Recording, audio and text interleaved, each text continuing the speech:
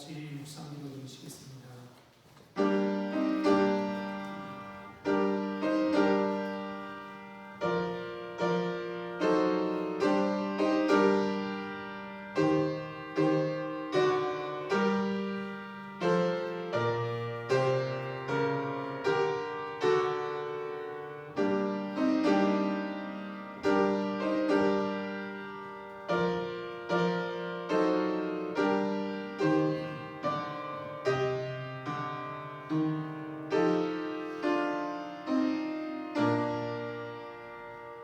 모든 육체에게 먹을 것을 주신 이에게 감사하라. 그 인자하심이 영원하미로다. 하늘의 하나님께 감사하라. 그 인자하심이 영원하미로다.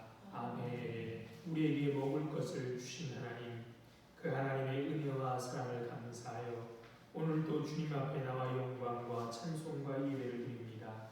부족한 우리들이지만 우리와 함께 하셔서 우리가 드리는 예배가 하나님이 기뻐 받으시는 예배가 되도록 인도하여 주옵소서. 감사하오 예수님 이름으로 기도드립니다. 아멘.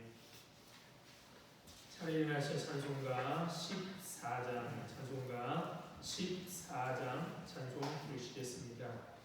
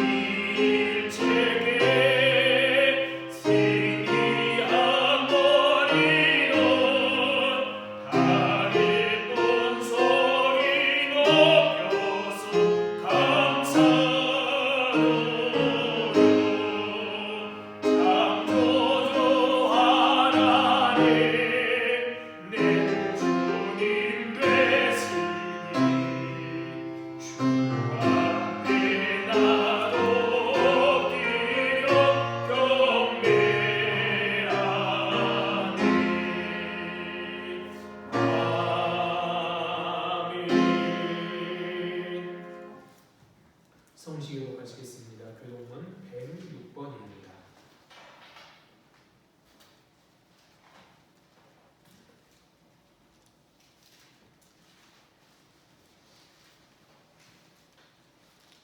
교동문 106번 감사절입니다. 할렐루야. 우리 하나님을 찬양하는 일이 선하며 찬송하는 일이 아름답고 마땅하도다. 여호와께서 예루살렘을 세우시며 이스라엘의 흩어진 자들을 모으시며 상심한 자들을 고치시며 그들의 상처를 싸매시는도다. 그가 그들의 시험을 주시고 그것들을 다 이룬 대로 부르시는도다. 우리 주는 위대하시며 능력이 많으시며 그의 지혜가 무궁하시도다. 여호와께서 겸손한 자들을 붙드시고 악인들은 땅에 엎드려 드리시는도다. 감사함으로 여호와께 노래하며 수금으로 하나님께 찬양할지어다. 그가 구름으로 하늘을 덮으시며 땅을 위하여 비를 준비하시며 산에 풀이 자라게 하시리라. 들짐승과 우는 까마귀 새끼에게 먹을 것을 주시는도다. 여호와는 나의 힘이 세다 하여 기뻐하지 아니하시며 사람의 힘과 세다 하여 기뻐하지 아니하시고 여호와는 자기를 경외하는 자들과 그의 인자하심을 바라는 자들을 기뻐하시는도다. 아멘. 다같이 사도신명하심으로 신앙 고백하시겠습니다. 전능하사 천지를 만드신 하나님 아버지를 내가 믿사오며 그 외아들 우리 주 예수 그리스도를 믿사오니 이는 성령으로 잉태하사 동정녀 마리아에게 나시고 본디오 빌라도에게 고난을 받으사 십자가에 못 박혀 죽으시고 장사한 지 사흘 만에 죽은 자 가운데서 다시 살아나시며 하늘에 오르사 전능하신 하나님 우편에 앉아 계시다가 저리로서 산자와 죽은 자를 심판하러 오시리라. 성령을 믿사오며 거룩한 공회와 성도가 서로 교통하는 것과 죄를 사하여 주시는 것과 몸이 다시 사는 것과 영원히 사는 것을 믿사옵나이다. 아멘. 자리에 앉은 찬송가 591장 찬송가 591장 찬송 부르시겠습니다.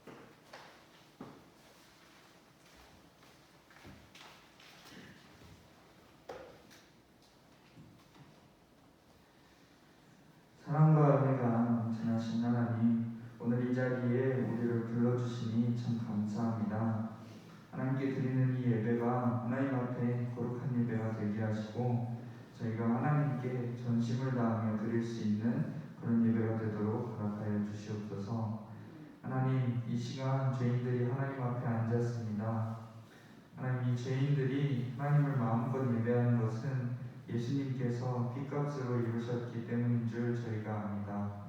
저희가 사랑만으로 새로운 생명을 허락하여 주셨으니 하는 그 은혜 참 감사드립니다. 하지만 아직 저희는 연약해서 줄곧 죄의 유혹을 받으며 살아갑니다.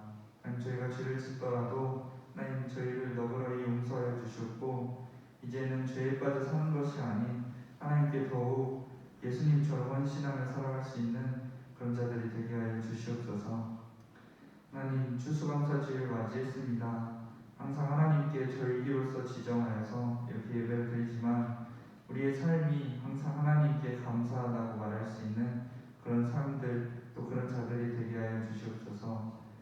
날마다 숨쉬는 순간마다 하나님의 은혜임을 고백하며 저희가 가진 모든 것들도 하나님께서 친히 허락하여 주신 것임을 하나님 고백합니다. 족하나 부족하나 하나님께서 주신 것임을 생각하며 감사할 수 있는 저희 되게 하여 주시옵소서. 하나님, 이 시간 교회들을 위해 기도하오니 하나님, 세상에 많은 교회들이 세상을 이겨내고 하나님만을 바라보게 하여 주시옵소서. 예수님의 몸된 교회로 서로 사랑하고 배려하면서 말씀으로 성장하는 교회 되게 하여 주시옵소서. 하나님, 번듯하게 건물이 있는 교회도 있지만 북한이나 다른 신을 믿는 나라들은 숨어서 또는 혹은 길에서 예배를 드립니다. 그러나 예수님께서 함께 하신다고 하셨으니 그들이 감사로 예배를 드리게 하시고 하나님께서도 같이 기쁨으로 예배받아 주시옵소서. 또 우리들로 그들을 위해서 기도하게 하여 주시옵소서. 우리 공덕회 성도님들을 위해 기도하오니 항상 무너지고 공격받는 신앙입니다. 어느 때라도 하나님을 잃지 않고 목숨을 다하기까지 예수님을 고백하는 자들이 되게 하여 주시옵소서. 각자의 삶의 고민과 고난을 아시오니 하나님 찾아라 주셔서 해결해 주실 줄 믿습니다. 이제 말씀 듣습니다. 하나님, 우리의 마음에 오셔서 우리가 하나님의 말씀을 온전히 새겨들을 수 있게 인도해 주시옵소서. 말씀 전하신 목사님께도 지혜 허락하셔서 하나님의 귀한 말씀을 잘 전달할 수 있도록 그 입과 생각을 주관하여 주시옵소서. 항상 감사드리며 예수님의 이름으로 기도드립니다. 아멘.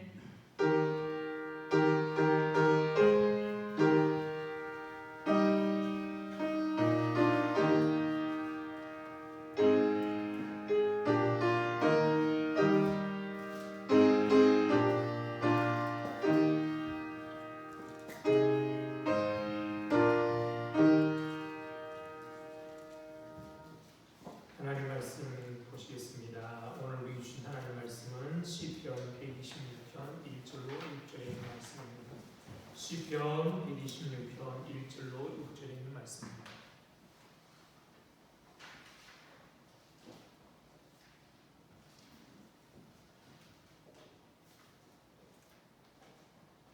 시편 126편 1절로 6절에 있는 말씀 찾으신 줄 알고 제가 읽겠습니다. 여호와께서 시온에 포로를 돌려 보내실 때 우리는 꿈꾸는 것 같았도다. 그때 우리 입에는 웃음이 가득하고 우리 혀에는 찬양이 찼었도다. 그때 문나라 가운데에서 말하기를 여호와께서 그들을 위하여 큰 일을 행하셨다 하였도다. 여호와께서 우리를 위하여 큰 일을 행하셨으니 우리는 기쁘도다. 여호와여, 우리의 포로를 남방 시내들같이 돌려보내소서. 눈물을 흘리며 씨를 뿌리는 자는 기쁨으로 거두리로다. 울며 씨를 뿌리러 나가는 자는 반드시 기쁨으로 그 곡식단을 가지고 돌아오리로다. 아멘. 열매를 맺게 하시고 모든 육체에게 음식을 주시는 한량없는 하나님의 은혜와 평강이 우리와 함께 하시기를 바랍니다. 오늘은 온 세상이 다 하나님의 창조물이고 그 창조 세계는 하나님께서 부여하신 원리가 있으며 그 원리에 따라 심고 가꾸면 열매가 맺히게 되어 있음에도 불구하고 실제로 모든 것이 이루어지는 것이 하나님의 뜻과 다스림에 달려있다는 것이라고 우리는 믿습니다. 그래서 땀 흘려 힘껏 일하고서도 우리는 그 모든 수확을 하나님의 은혜로 여기며 감사와 찬송과 영광을 하나님께 드리는 겁니다. 살아온 날들을 감사함으로 돌아보며 우리가 마땅히 있어야 할 자리를 재확인하는 기회가 이렇게 추수감사예를 드리며 기회가 되었으면 좋겠습니다. 2년 가까이 지속돼 온 코로나 팬데믹 상황으로 딱히 감사할 것이 없는, 아니 오히려 불평할 것이 더 많은 것이 우리 대부분의 삶의 형편입니다. 우리 대부분은 이유 없이 설레고 흥겹고 마냥 좋았던 감사들의 경험을 가지고 있습니다. 그런데 그것이 이제는 빛바랜 사진처럼 기억의 한 구석에 있을 뿐입니다. 더 이상 그런 설렘도 없고 흥겹지도 않고 좋을 것도 없습니다. 과거에 맛봤던 그 기쁨을 다시 맛보면 좋겠는데 상황도 그렇지 않고 우리 마음도 그러지 않습니다. 이런 마음으로 추수감사 예배를 드리신다면 참 착잡하실 것입니다. 추수감사 주일 예배에는 1년 동안 하나님께서 베풀어 주신 은혜를 생각하며 드리는 것이 교회 전통인데 그럴 만한 여유도 그럴 마음도 생기지 않을 것입니다. 다른 사람들을 볼 때마다 저 사람들은 무엇 때문에 감사한다는 것일까, 혹은 저 사람들은 형편이 얼마나 좋으면 저럴까 라는 생각이 들기도 할 것입니다. 세계의 상황이 엉망이니 개인의 삶이 그렇게 되고 외적인 삶의 형편이 뒤죽박죽이니 마음도 그렇게 되었습니다. 그런데 아십니까?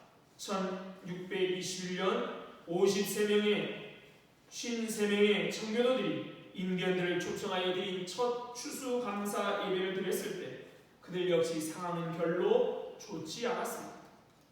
전 프리머스에 도착한 102명의 청교도 중 절반 가까이 목숨을 잃었습니다. 첫 농사의 수확은 그런대로 괜찮았습니다. 새로운 땅에서 그들의 미래가 어찌 될지 아무도 확신할 수 없었습니다. 그들에게는 감사의 조건보다 불평의 조건이 더 많았고 희망의 조건보다는 절망의 조건 그들 또한 많았습니다. 소위 신대륙에 도착하여 새로운 삶을 시작한 그들의 삶의 상황은 인간적으로 보면 엉망진창이었습니다. 그럼에도 그들이 감사 예배를 드린 이유가 무엇입니까? 인간의 눈으로 보면 모두가 뒤죽박죽이고 엉망진창처럼 보이지만 그 배후에 보이지 않는 하나님의 손길이 역사하고 있다는 것을 믿었기 때문 아니겠습니까? 그분의 손 안에는 모든 것이 협력하여 선을 이룬다라는 것을 믿었기 때문입니다. 인간의 눈으로 보면 절망의 조건이 더 많았지만 하나님을 생각하니 희망의 용기가 생겼을 것입니다. 불평의 조건이 더 많았지만 하늘을 우러보니 감사가 마음에 들어찼기 때문입니다. 오늘 우리가 읽은 시편 126편은 표제에 있듯이 시편 120편부터 시편 134편이는 성전에 올라가는 노래입니다. 성전에 올라가면서 부르는 노래라는 것입니다. 순례자는 특정한 장소를 향해 끊임없이 움직이는 사람이고 유대인들은 절기 때만 되면 예루살렘에 있는 성전을 향하여 순례 여행을 해야만 했었습니다. 그때 그래서 세번역 성경은 우리 개역개정과 달리 표제어를 성전에 올라가는 순례자의 노래라고 번역합니다. 우리도 표대이신 예수 그리스도의 마음을 향해 나아가는 순례자입니다. 그렇죠? 예전에 예루살렘 성전을 나아가는 유대 순례자들뿐만 아니라 우리 또한 예수님의 마음을 향하여 나아가는 순례자입니다.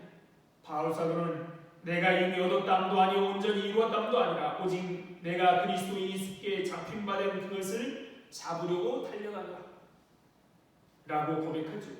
믿음의 사람은 그리스도에게 사로잡힌 사람입니다. 동시에 그리스도의 마음을 얻고자 달려가는 사람, 순례자입니다.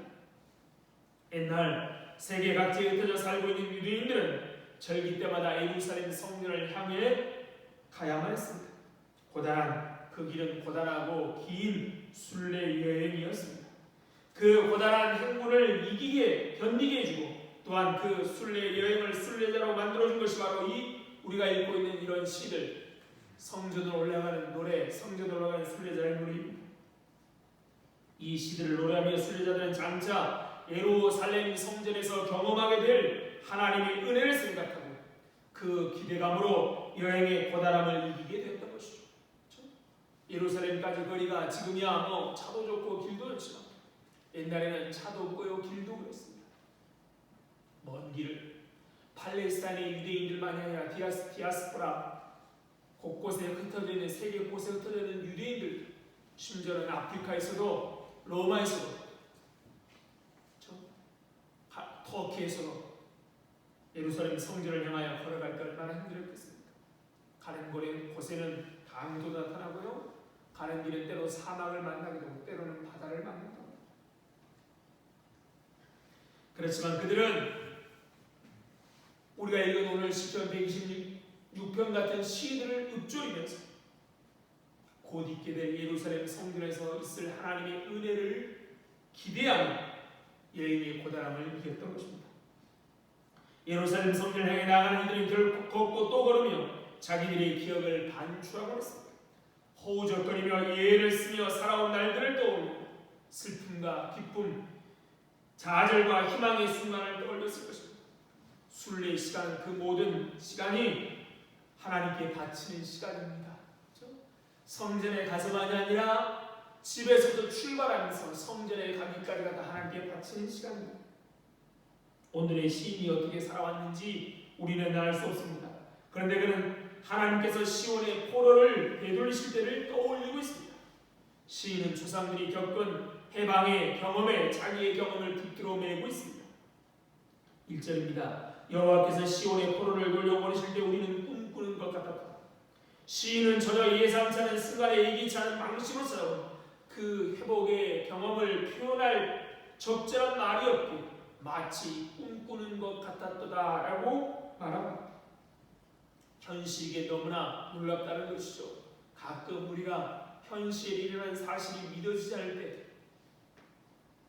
꼬집지요. 꿈인가 아닌가. 주전 587년 바벨론에 의해 예루살렘 성이 함락되고 유대인들은 바벨론의 포로로 끌려갔습니다. 그로부터 70년이 지난 후 주전 538년 포로 생활이 끝나고 조국으로 돌아옵니다. 어루로 끌려간 사람들 대부분은 세상을 떠납니다. 조국 땅으로 귀환한 사람들 대부분은 바벨론에서 태어난 사람들입니다.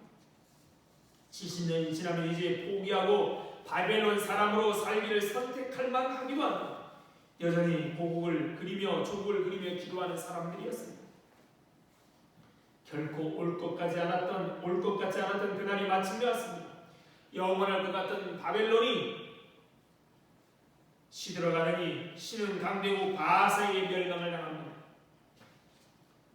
바벨론을 멸망시킨 바사왕 고레스는 바벨론의 포로로 잡혀와 살던 모든 식민지 백성들에게 자신들의 조국으로 돌아가도 좋다는 칙령을 내립니다. 이르며 선지의 예언대로 하나님께서 고레스 왕을 통해 유다 백성을 해방시킨 것이죠. 좀 조국 땅으로 돌아간 사람들의 심정을 여러분 생각해 보십시오. 그들이 느꼈던 기쁨과 감격의 크기를 여러분 짐작할 수 있으시겠습니까?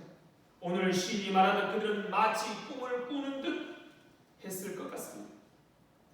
그때의 감격을 2절에서 그는 이렇게 말합니다. 그때 우리 입에는 웃음이 가득하고 우리 혀에는 찬양이 찼습니다. 그때 문나라 가운데 말하기를 여호와께서 그들을 위하여 큰 일을 행하셨다 하였도다. 해방의 날 그들의 입은 기쁨으로 가득 찼고 그들의 혀는 찬양으로 가득 찼습니다. 그런 그들을 보고 다른 나라 사람들조차 여호와께서 그들을 위하여 큰 일을 행하셨도다라고 수군거립니다. 예루살렘이 바벨론에 의해서 느부갓네살 왕에서 함락된 유대인들이 바벨론으로 포로로 끌려갑니다. 그리고 포로 생활이 끝날 것 같지 않아 보였을 때 그들을 지켜보는 이방인들은 그들의 처지를 두고 하나님을 조롱했을 것입니다. 그들의 하나님은 어디 계시느냐? 그들의 하나님은 죽었는가? 그들의 하나님이 그를 버렸는가? 라며 조롱했을 것입니다. 나의 실패를 보고 다른 사람들이 나를 조롱하는 것은 참기 참 어렵습니다. 그래도 참겠는데 내가 믿는 하나님을 조롱할 때는 더 이상 참기가 어렵죠.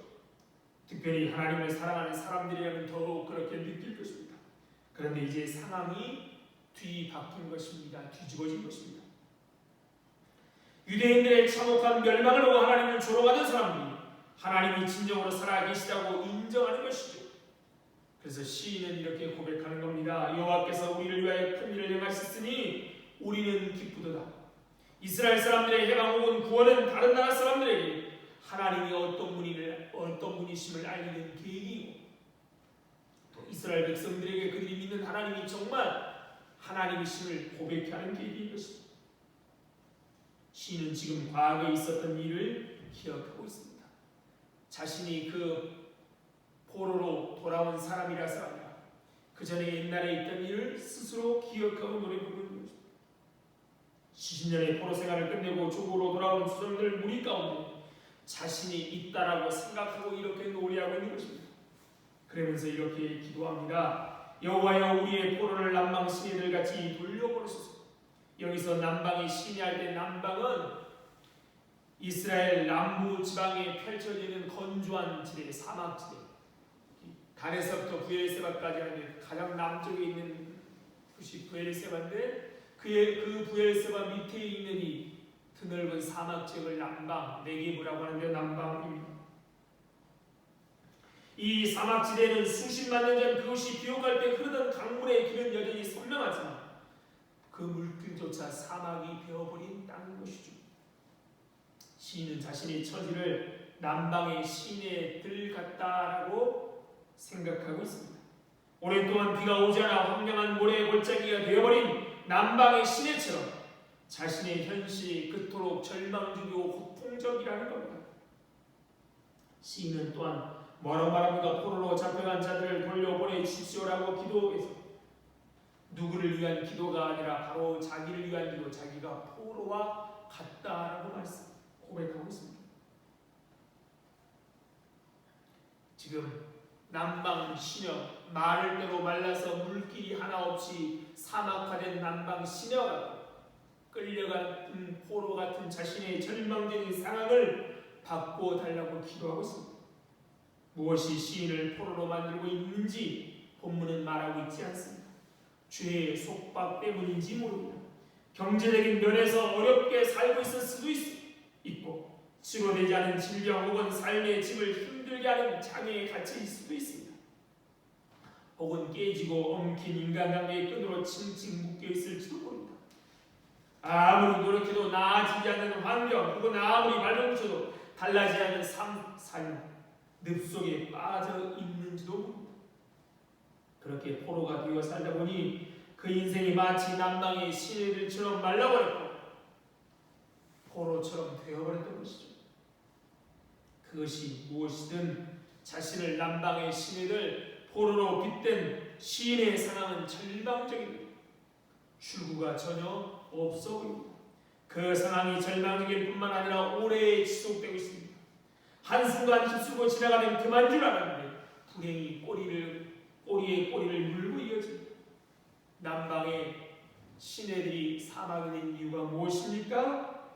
한동안이 아닙니다. 오랫동안 비가 내리지 않았기 때문입니다. 바로 그러한 절망적이 오랫동안 지속된 상황에서 시인은 지금 하나님께 기도하고 있습니다. 그는 이 기도를 통해 희망할 수 없는 상태에서 희망하고 불평할 것 없는 상태에서 감사하며 낙담할 수 없는 상황에서 용기를 끌어내고 있습니다. 그는 어떻게 이럴 수 있을까요? 과거에 행하신 하나님의 역사를 기억했기 때문입니다. 절망할 수밖에 없는 상황, 낙심할 수밖에 없는 상황, 불평할 수밖에 없는 상황이지만 과거에 하나님이 행하신 일들을 기억했기에 감사하고 희망하고 그리고 용기를 내고 있는 것입니다. 아무것도 없는 상태에서 온 우주 만물을 창조하신 하나님, 남방의 시녀와 같은 사라의 메마른 태에서 이삭이 태어나게 하신 하나님, 모세를 통해 이스라엘 백성들을 애굽에서 이끌어내어 약속의 땅으로 인도하신 하나님, 70년의 포로 생활에부터 유다를 건져내신 하나님, 그 능력의 하나님을 시인은 기억했던 것이죠. 아무리 남방의 시내가 말랐다고 한들 사라의 태만큼 말랐겠습니까? 그렇죠? 그런 하나님을 기억했기에 시인은 남방의 시내들처럼 메말라버린 자신의 삶을 삶에 다시금 물길이 생길 것이라는 희망을 가지게 되었습니다. 시인에게 어떤 희망이 있는 게 아니라요, 하나님 때문에 희망을 갖는 것이죠. 70년 동안 포로로 묶여있던 조상들을 구출해내신 하나님이라면 자신의 포로 상태 역시 해결할 수 있을 것이라 믿었기 때문입니다. 그래서 그는 이렇게 사절에 기도하는 거예요. 여호와여, 우리의 포로를 남방 시내들 같이 돌려보내소서. 그런데 문제는 그 미래가 아직 오지 않았다는 것입니다. 언제 하나님의 구원이 눈앞에 나타날지 모른다는 겁니다. 100살이 되기까지 기다린 아브라함처럼, 애굽에서 노예로 살던 430년을 기다린 조상들처럼, 혹은 바벨론에서 포로로 70년을 기다린 조상들처럼 시인도 구원의 손길이 언제 하나님의 구원의 손길이 나타날지 얼마나 기다릴지 알지 못합니다. 그래서 시인은 마지막 절에 이렇게 기도합니다. 눈물을 흘리며 씨를 뿌리는 자는 기쁨으로 거두리로다. 울며 씨를 뿌리러 나가는 자는 반드시 기쁨으로 그 곡식단을 가지고 돌아오리라. 눈물을 흘리며 씨를 뿌린다라는 표현은 우리에게 좀 낯설게 느껴집니다. 노동이 고되고 고되기 때문에 눈물을 흘린다는 말일까요? 그러나 씨를 뿌리는 일은 힘들지만 눈물 흘릴 정도로, 혹은 울어야 할 정도로 어려운 일은 아닙니다. 그렇다면 시인이 왜 이렇게 말하는 걸까요? 그것은 시인이 지금 처해 있는 상황, 남방의 시내들 같은, 혹은 포로로 잡혀있는 것 같은 현실과 관련이 있습니다. 그저 농부가 씨 뿌린 데는 울만한 그런 일은 아니에요. 그러니까 눈물을 흘려 씨를 뿌린다라는 표현은 농부가 봄에 씨를 뿌린다는 그런 표현이 아니라 자신의 삶, 남방의 시내 같고 포로 같은 자신의 삶을 속에서 하는 일인 것이죠. 하나님께서 손을 펴셔서 행동하실 때까지 그는 고통스러운 현실을 참고 인내하는 것은 희망의 씨앗을 뿌리는 것과 같습니다. 절망적인 현실을 견디며 희망의 씨앗을 심고 그 씨앗의 열매를 맺힐 때까지 기다리는 일은 때로 눈물 나는 일이고 때로 울어야만 하는 일입니다. 희망의 씨앗을 뿌린다는 것이 그렇습니다. 경험해보지 않은 사람은 매번 씨에서 싹이 나오고 줄기가 자라 열매로 맺힌다는 사실을 믿을 수 없습니다. 경험해본 사람만이 그것을 믿고 그것을 믿기에 씨를 뿌리는 것입니다. 그렇죠? 마찬가지예요. 절망의 상황에서도 누가 희망의 씨앗을 뿌릴 수 있습니까? 경험해본 사람, 하나님이 그렇게 하심을 믿는 사람만이 열매를 맺게 하실 것을 믿는 사람, 절망을 희망으로 바꾸시는 하나님, 그 손안에 모든 것이 협력하여 선을 이룰 것이라 믿는 사람만이 씨를 뿌리고 심게 되는, 믿기에 씨앗을 뿌리고 씨앗을 심는 것입니다. 그리고 씨앗이 싹을 내고 줄기를 뻗어 자라고 잎을 내고 열매를 맺도록 가꾸어줍니다. 씨앗을 심는 일은 기다리는 일입니다. 절망적인 현실을 견디는 것은 마치 씨앗을 심는 것과 같습니다. 때로 싹이 나올까 열매는 맺을까 의심되는 일입니다. 씨앗을 심고 열매를 보기까지 오랫동안 기다려야 합니다. 1년작도 있지만요 3, 4년이 지나야만 열매를 거둘 수가 있는 것이죠. 자식 농사는 더하지요. 과거의 경험 믿고 기다려야 합니다. 현실이 어려울수록 견디는 것은 눈물 나는 일이요 울어야 하는 일입니다. 과거에 하나님이 하신 일들을 생각하면 분명히 그때는 온다고 믿을 수 있습니다. 하지만 그때까지 견디고 기다리기 너무나 힘듭니다. 그렇죠? 그래서 울며 씨를 뿌린다라고 고백합니다. 이런 상황에서 믿는 사람들은 하나님을 찬양하며 감사를 드리고 현실을 바꿔갑니다. 현실이 하나님을 찬양하게 하지 못할 때 우리는 과거를 기억하며 그분을 찬양합니다. 그렇죠? 현실은 결코 찬양할 수 없겠고 감사할 수 없겠고 우리 손에는 아무것도 쥐어진 것이 없어요. 추수감사드리지만 그럴지라도 과거 하나님을 기억하며 과거에 베푸신 은혜를 기억하며 찬양합니다. 현실에 감사할 조건이 아무것도 없을 때 우리는 과거에 행하셨던 놀라운 일들을 기억하고 또 행하실 것을 믿고 기대함으로 감사하는 것입니다. 그럴 때 하나님께서는 고통스럽고 절망적인 현실을 돌파할 힘을 주십니다. 권능의 하나님께서는 결국 우리가 빠져있는 수렁에서 우리를 건져 주실 것입니다. 하지만 그때 거기까지 우리는 수렁 안에서 그분의 구원의 손길을 발견할 수 있습니다. 수렁에서, 수렁을 벗어나서가 아니라요, 수렁에서 하나님의 손길을 발견할 수 있습니다. 울면서라도 씨를 뿌린 이유는, 아니 울면서도 씨를 뿌려야 하는 이유가 무엇입니까? 하나님이 우리와 함께 하시기 때문입니다. 이것이 인생을 순례로 살아가는 이들이 잊지 말아야 할 사실입니다. 하나님이 우리와 함께 하신다. 이걸 잊지 말아야 하는 것이죠. 하나님께서 우리를 통해 당신의 꿈을 이 땅에 아름답게 펼쳐나가기를 원하십니다. 하나님을 신뢰하는 사람은 당장의 결실이 보이지 않아도 낙심하지 않습니다. 우리가 뿌린 씨가 썩지만 않는다면 낙심하지 않아도 어느 때든 반드시 싹이 움틀 것이니 말입니다.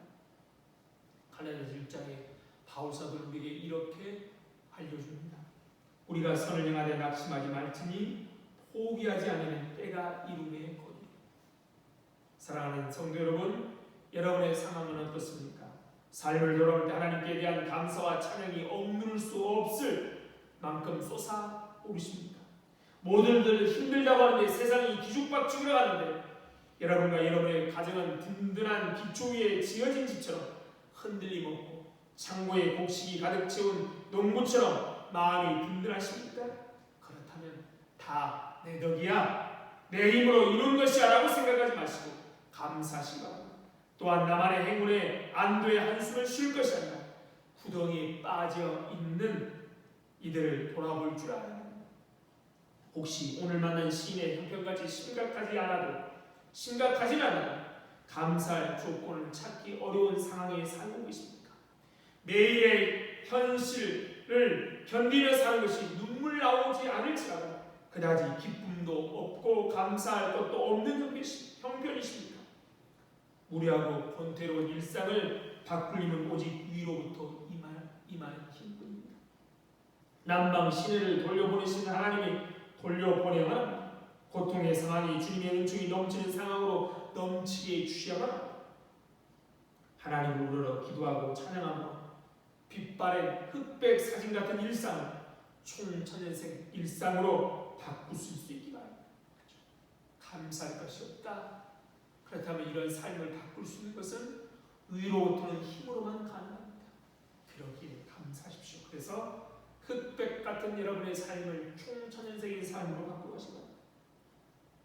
하나님에 대한 진정한 감사는 현실을 바꾸는 가장 큰 능력입니다.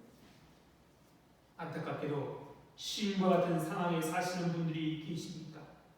죄에 속박되어 사시는 분이 있을 수 있고 경제적인 면에서 포로된 것처럼 사는 분도 계십니다. 치료되지 않은 질병 혹은 삶의 짐을 힘겹게 하는 장애에 갇혀 계신 분도 계시고 우울증의 감옥에 갇힌 분도 계실 것입니다. 깨지고 엉킨 인간관계의 끈으로 칭칭 묶여있는 분도 계시고 아무리 발버둥 쳐도 달라지지 않는 삶의 늪에 빠진 분들도 계실 것입니다. 시인이 노래하는 여러분이 당하고 있는 상황보다 절망적인 상황에 들어진 노래임을 여러분 기억하십시오. 과거에 하나님께서 하신 일들을 기억하고 하나님이 미래에 하실 일들을 기대하며 오늘의 현실을 견디고 인내하는 삶의 지혜를 오늘 시를 통해서 배우시기 바랍니다. 그것은 희망의 씨앗을 심는 것입니다. 지금 심을 씨앗이 없어 보이고 땅에 팔 수도 없을지라도 과거의 우리를 위해서 베푸신 하나님의 은혜를 기억하라. 아니 내가 하나님이 나의 삶에 아무런 은혜도 베푸신 것 같지 않다라고 느껴진다면 성경에 하나님이 행하신 일들을 기억하라. 그래서 앞으로 하나님이 그런 놀라운 역사들 마치 꿈꾸는 같은 일들이 벌어질 것을 기대하며 하나님의 때가 올 것이다. 그렇게 믿고 씨앗을 뿌리시기 바랍니다. 남방의 시내 같은 현실은 도피가 아니라 돌파해야 할 대상입니다. 그 현실을 돌파하게 해주는 것은 바로 하나님께 대한 믿음이요, 그 믿음에서 솟아나오는 감사입니다. 과거에 하나님께서 행하신 놀라운 일을 기억하고 그렇게 구원의 손을 펼치실 미래를 기대하며 그 믿음으로 포로된 것과 같은 상황에서 모든 것이 엉망진창 뒤죽박죽인 그런 상황에서 마치 말라버려도 너무 마른 남방의 시내 같은 상황에서도 감사하고 찬양하는 것으로만 우리는 그런 현실을 돌파할 수 있는 것입니다. 그래서 오늘 우리는 이렇게 모여 찬양하고 경배하며 감사의 일을 그런 남방 시내와 같고 포로 같은 우리들이 하나님은 우리 마음을 이해하지 못해서 감사하라, 범사에 감사라고 말씀하시는 것이 아닙니다. 감사가 많이 오직 그런 현상들, 현실을 바꿀 수 있기 때문인 것이죠. 그래서 오늘 우리는 넉넉해진 형편에서 감사의 예물을 드리고 감사할 조건이 없음에도 하나님께 나와 감사하는 것입니다. 그래서 우리는 팍팍한 현실에도 불구하고 우리 마음을 닫았고 기쁨으로 감사 주일을 맞을 준비를 하고 그럼에도 불구하고 나와서 함께 감사의 예를 드리는 겁니다.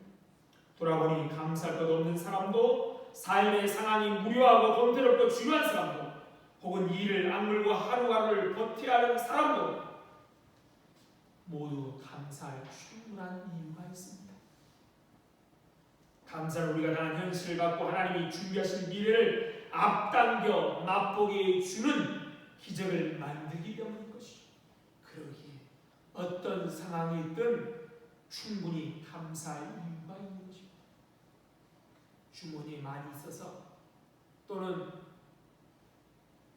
손에 쥔 게 많아서 감사해야 되죠. 우리가 감사할 이유는 감사가 우리 현실을 바꾸고 하나님이 준비하신 미래를 앞당겨 맛보기 줄 것이기 때문에 감사하는 것입니다. 부디 저와 여러분의 마음에 참된 감사가 넘치길 바랍니다. 남방 시내 같은 현실까지 물을 돌아오게 하십시오. 감사하고 말입니다. 그래야 하나님을 만족함으로 인해 감사의 마음이 사막이 되어버린 사람들에게 감사의 은총을 나눠주는 귀한 감사주 나만이 아니라 남방 시내와 같은 사람들에게도 함께 감사의 은총을 나눠주는 귀한 감사주일 되기를 바랍니다. 참 좋으신 하나님 은혜와 사랑을 감사합니다. 오늘도 상황이 어떠하든 넉넉하든 그렇지 않든 희망이 넘쳐나든 절망이 넘쳐나든 다 하나님 앞에 감사할 수 있도록 우리를 불러주신 것을 감사드립니다. 우리의 형편과 상황이 어떠하든 하나님이 감사의 자리에 불러주심을 감사하고 지금 어떠하든 앞으로 하나님이 감사가 넘치도록 보호주실 것을 기대하며 감사의 자리에 나오게 하신 하나님을 믿는 우리들, 반드시 남방 시내와 같은 우리들을, 포로 같은 우리들을 받고 반드시 기쁨으로 단을 거두게 하실 것을 감사드립니다. 하나님 아시지요? 특별히 이렇게 귀한 감사 주일임에도 불구하고 감사할 줄 모르는 사람들이 많습니다. 그들에게도 감사의 조건은 다른 무엇이 아니라 우리와 함께 하시는 하나님이옵니다. 함께 감사의 자리에 나와 함께 감사할 수 있도록 역사해 주옵소서. 오늘도 하나님 우리 가진 것 부족해 보입니다. 그럴지라도 하나님이 우리 주머니에 우리 쓸 것보다 더 많은 것을 주실 것, 이런 감사의 손길들을 다른 사람들에게 내 도움으로 만나 감사할 줄 모르는 사람들이 하나님께 감사할 수 있도록 그렇게 우리들을 사용하여 주옵소서. 하나님 이렇게 수능을 본 우리의 젊은 이들이 있습니다.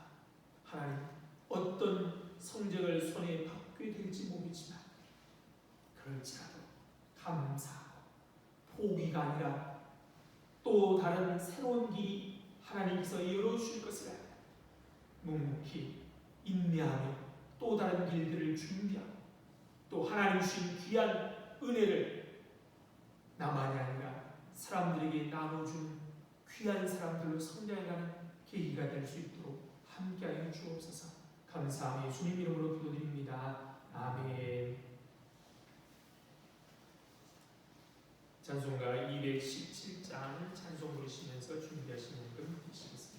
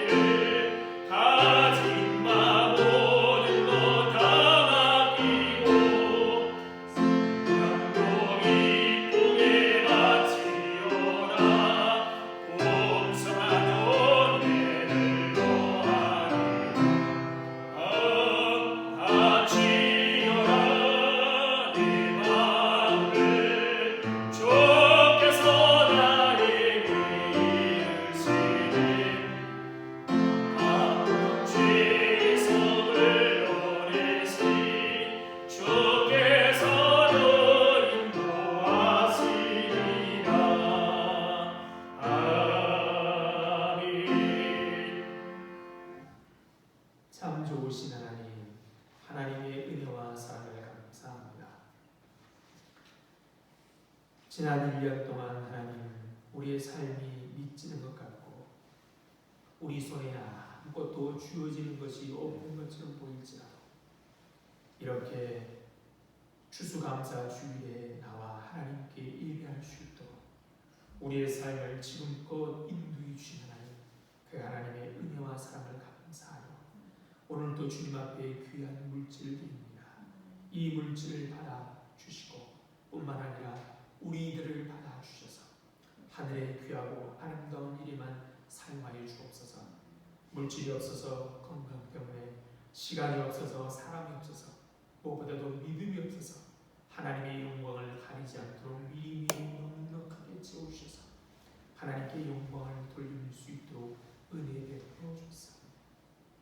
감사할 이유를 알지 못하는 사람들이 우리 주위에 참 많습니다. 우리가 감사할 이유가 우리와 함께 하시는 하나님을 우리가 삶으로 온전히 보여주므로 그들에게도 하나님께 감사할 수 있도록 은혜 베풀어 주옵소서. 오늘 또 우리 공동교에서 돕는 함께하는 선교사님들의 가정, 또 우리 주위에 있는 교회들 하나님 아시지요? 하나님 그들에게도 오늘 추수감사 주일이 감사가 넘칠 수 있도록 함께하여 주옵소서. 감사하며 예수님 이름으로 기도드립니다. 아멘.